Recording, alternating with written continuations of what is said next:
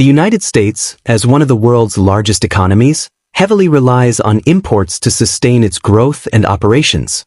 Key sectors, including energy, raw materials, food, beverages, and skilled labor, depend on international trade. This economic framework has long been supported by global partnerships.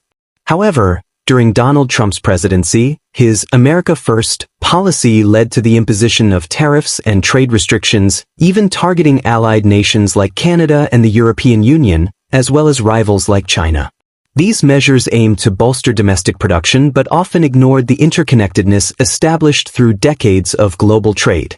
The United States imports a wide range of essential resources, such as crude oil, rare earth elements, and natural gas, alongside skilled labor that fuels innovation and competitiveness. In response to these tariffs, Canada has begun considering retaliatory measures that extend beyond counter-tariffs.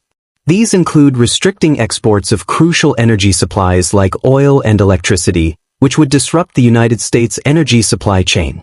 Canada, a significant supplier of United States energy imports, exported about $129.5 billion worth of energy in 2024 alone, including crude oil, natural gas, electricity, and uranium. Such measures could severely impact industries reliant on energy inputs and escalate tensions further. Beyond energy, Canada is exploring limits on critical minerals like cobalt, nickel, and lithium, resources essential for electric vehicle batteries and other technologies. For instance, Canada exports over half of its 7,255 tons of cobalt annually to the United States, and nickel exports in 2024 reached 1.6 billion Canadian dollars. Restricting these minerals could disrupt United States supply chains, forcing industries to seek more costly alternatives. Ontario Premier Doug Ford has suggested halting electricity exports to key United States states like Michigan, New York, and Minnesota, which depend on Canadian electricity for significant portions of their energy. For example, in 2023, Ontario exported nearly 7,000 gigawatt-hours of electricity to the United States, with New York sourcing 21% of its electricity from Ontario. Cutting these supplies during peak seasons could lead to energy shortages and higher costs. Other proposed retaliatory measures include banning American-made alcoholic beverages like bourbon and Tennessee whiskey from Ontario's liquor stores, which would hurt United States distilleries relying on Canadian consumers. Additionally, Canada is considering barring United States companies from bidding on government contracts, potentially redirecting billions of dollars toward domestic or other international suppliers. In an effort to address United States concerns, Canada has also proposed strengthening border security by investing over 1 billion Canadian dollars to curb illegal immigration and drug trafficking, showcasing its commitment to bilateral cooperation. The United States remains heavily dependent on imports, particularly in energy. In 2024, it imported over 6.1 million barrels of crude oil daily, with Canada supplying more than 4 million barrels, 67% of the total. Natural gas imports, largely from Canada, reached 7.4 billion cubic feet per day, essential for heating and power in the Midwest and Northeast during winter. Furthermore, Canadian electricity, predominantly hydroelectric, accounted for 95% of United States electricity imports, proving invaluable during periods of high demand or extreme weather.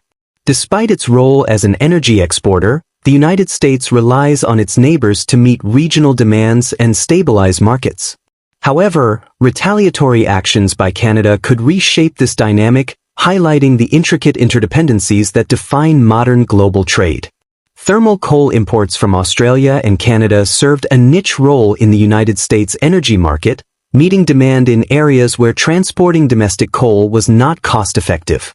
Meanwhile, uranium imports were critical for powering the nation's 93 commercial nuclear reactors, which produced roughly 20% of the United States' electricity in 2024.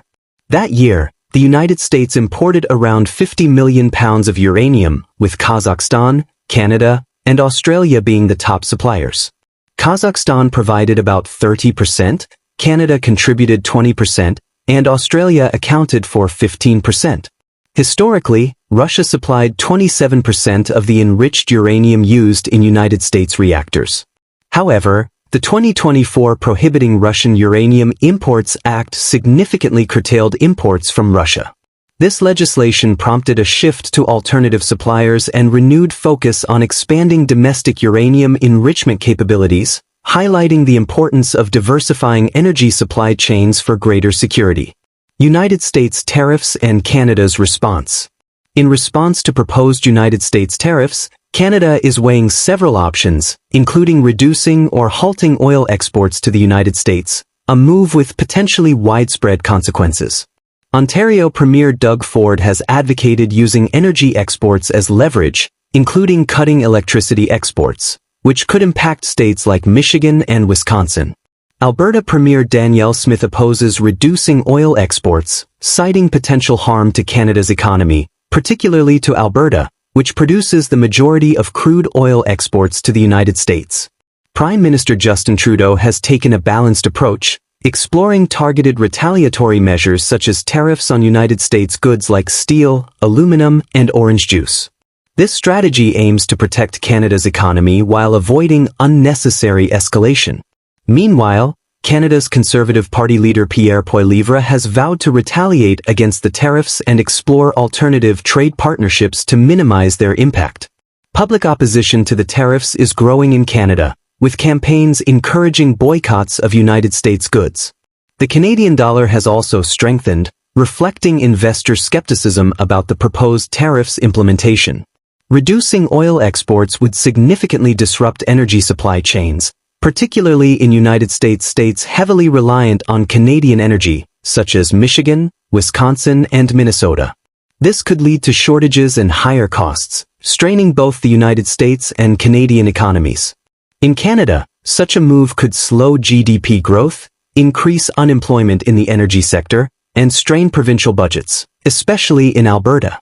Politically, it would heighten tensions between Canada and the United States, potentially undermining agreements like the USMCA. Mexico is also considering countermeasures against proposed United States tariffs. Mexican President Claudia Sheinbaum has suggested reciprocal tariffs on United States goods, warning of potential economic harm to both nations. To bolster its economy, Mexico has launched initiatives like the Plan Mexico, aimed at reducing reliance on imports and strengthening key sectors such as automotive and aerospace industries. This strategy is designed to enhance economic resilience amidst external pressures. Canada's potential reduction of energy exports to the United States would have far-reaching economic and political implications. For the United States, it would disrupt energy markets and increase costs for consumers, especially in regions heavily reliant on Canadian electricity and oil. For Canada, the economic repercussions could include slowed growth, job losses, and strained provincial budgets. Both nations stand to face significant challenges, underscoring the deeply interconnected nature of their economies and the importance of maintaining cooperative trade relationships. Thank you for watching. If you enjoyed this content, please kindly this video, subscribe to our channel, and share your thoughts in the comments. Your engagement helps us grow.